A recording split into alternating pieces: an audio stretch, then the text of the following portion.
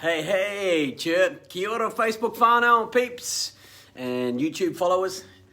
Welcome, thank you very much for joining me again. Michael Bennett here, author of Become a Mind Ninja. And for those following along on the journey and the book, we are up to chapter 4. So I just got an urge to read some more chapters to you. So let's do this, hey? Hope everyone's feeling good and keeping your vibration nice and high under the circumstances that are happening around the globe at the moment. Here we go, chapter 4. I was different. I left school when I was 16 without sitting my school certificate. I was not like everyone else at school. I was different. I was dyslexic. This difference went unnoticed. This difference went undetected as I grew up and went to school. And in the 70s, I was just labelled dumb, stupid, and told I was going to amount to nothing by my father, teachers, and other kids who took it upon themselves to reinforce this preconceived notion and negative programming. Being dyslexic in the 70s meant homework became a contact sport for my father and teachers. Remember that.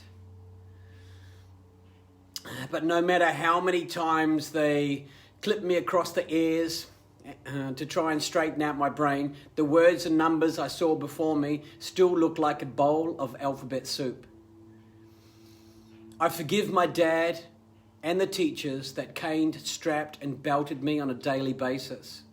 I forgive them for dealing with a learning disability they knew nothing about, the only way they knew how.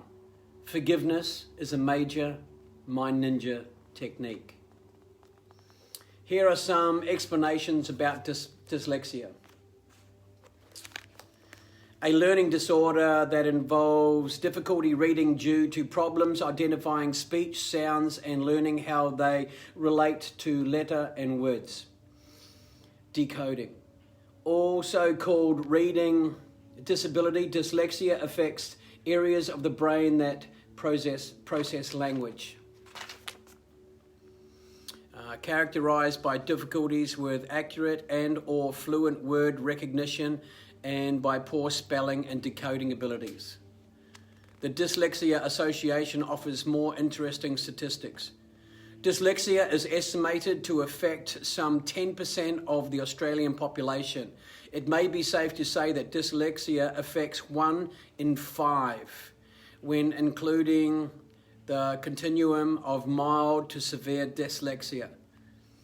Dyslexia is the most common cause of reading, writing, and spelling difficulties. Famous people with dyslexia include Richard Branson, Albert Einstein, John Lennon, and Steven Spielberg. Hey, Mel. These great men went on to achieve great things, not because of dyslexia, but in spite of dyslexia. In the choices we make in spite of our differences that define us. It's the choices we make in spite of our differences that define us. I only went to school to eat my peanut butter sandwiches, man. Whoa, calm down. That was way before peanuts were put on the terrorist list. Folks, this was way before peanuts were put on the terrorist list. It's a changing world. Today you can take out a playground with a Snickers bar. Yeah, you think that's funny? Yeah, you can wipe out a community if you wrap that in gluten.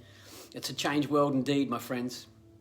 At school, I inadvertently lived up to the negative subliminal programming which had been embedded in my brain by the back of a hand, strips of bamboo and lashings of leather. Dumb, stupid, and nothing became my belief and was the script I was acting out.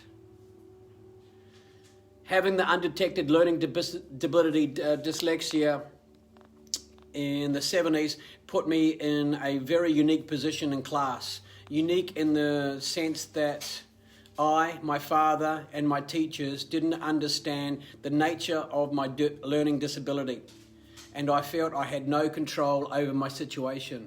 I was labelled dumb, which made me particularly vulnerable to bouts of stress and anxiety, and I would blame myself for all my difficulties. just get this light up a little bit more.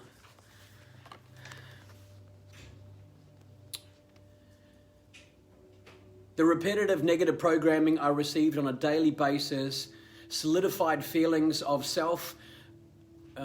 recrimination and self-doubt within me. And eventually the negative belief I had of myself eroded my self-esteem. Self-recrimination, the act of accusing or blaming oneself. Self-doubt, the lack of confidence in oneself and one's abilities. Self-esteem, confidence in one's own worth or abilities, and self-respect. Today in schools and learning centres around the world, there is an amazing multi-sensory teaching approach to individuals with learning difficulties. Sadly, this was not the case for me and many others who found themselves in my position. I never found out what my learning disability was until I was in my 30s. I know now that I was not dumb or stupid at school. My brain was okay. My strengths were in other areas. These other areas were the creative arts, drawing, theatre, comedy, and anything physical such as gymnastics, martial arts, sports. My strengths in my developing years were not acknowledged or channeled correctly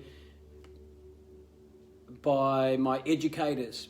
In the 70s, the schooling agenda was more focused on reading, writing, and arithmetic. These were definitely not my strengths, as I had problems with numbers and letters. I was unable to spell, read, and pronounce words properly.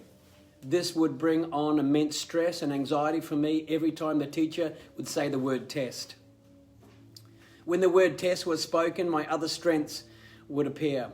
I'd start acting up in class by telling stupid jokes, making funny faces, and generally causing a disturbance. I was hiding behind the painted face of a class clown to disguise my dyslexia. My disruptive behaviour would have me sent to the headmaster, where I would receive the necessary lashes deemed appropriate for my actions. When it came down to lashes or writing words and working out sums for a test, I always went to for the lashes. These I could handle and pass with flying colours. I always got an A in pain resilience. The more I was told I was dumb and stupid, the more I'd act dumb and do more stupid things.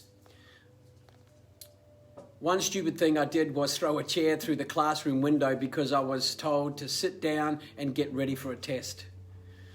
If I think hard enough, I can still feel the welts on my legs from the caning I received that day. Oh, yeah. The subliminal negative programming I regularly received became my belief and frustration, and failure followed me like the dark shadow wherever I went, looking back on my life now. I understand the reason why I was living my life in such a destructive way. It was the belief I had of myself. It was the bad B-grade script that I was acting on that had been written for me by people I was supposed to respect and look up to.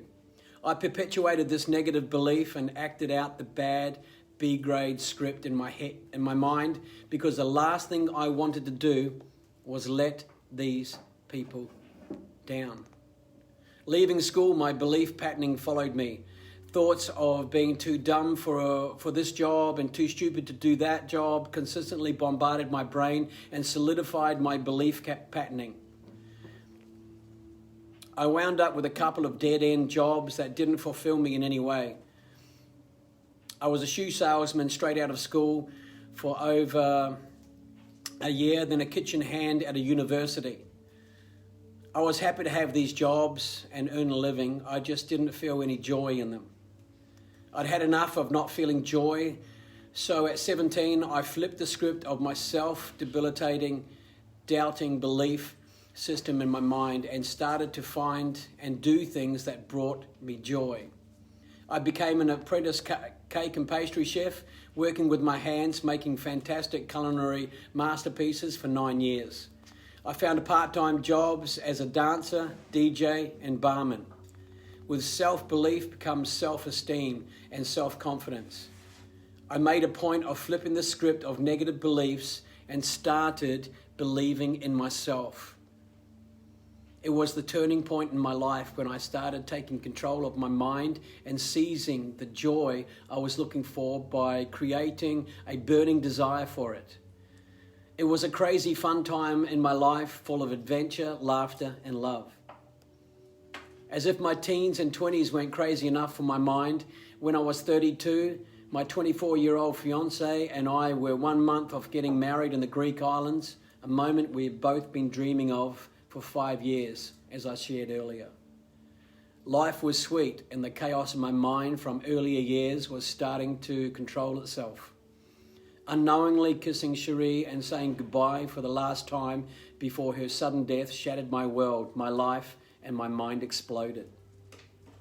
I will pay tribute to my beautiful fiancée Cherie and her tragic death another time. Maybe another book, as she deserves more than a paragraph or two.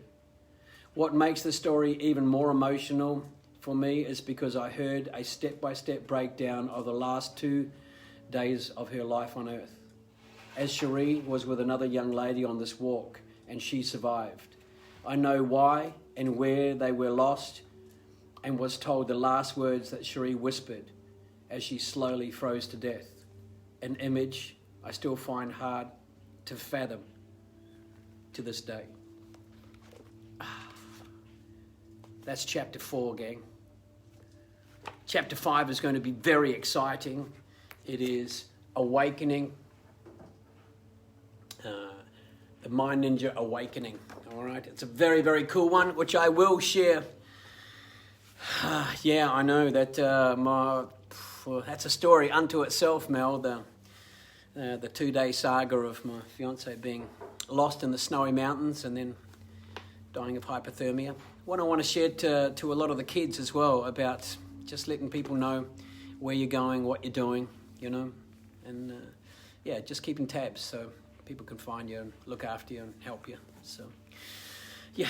Well, I'm going to leave it at that, peeps. All right, just one really quick chapter this morning. Thank you so much for logging on. Good morning, Sharon. Thank you so much for logging on, Sharon. Mel, it's glorious to have you on board. Thank you.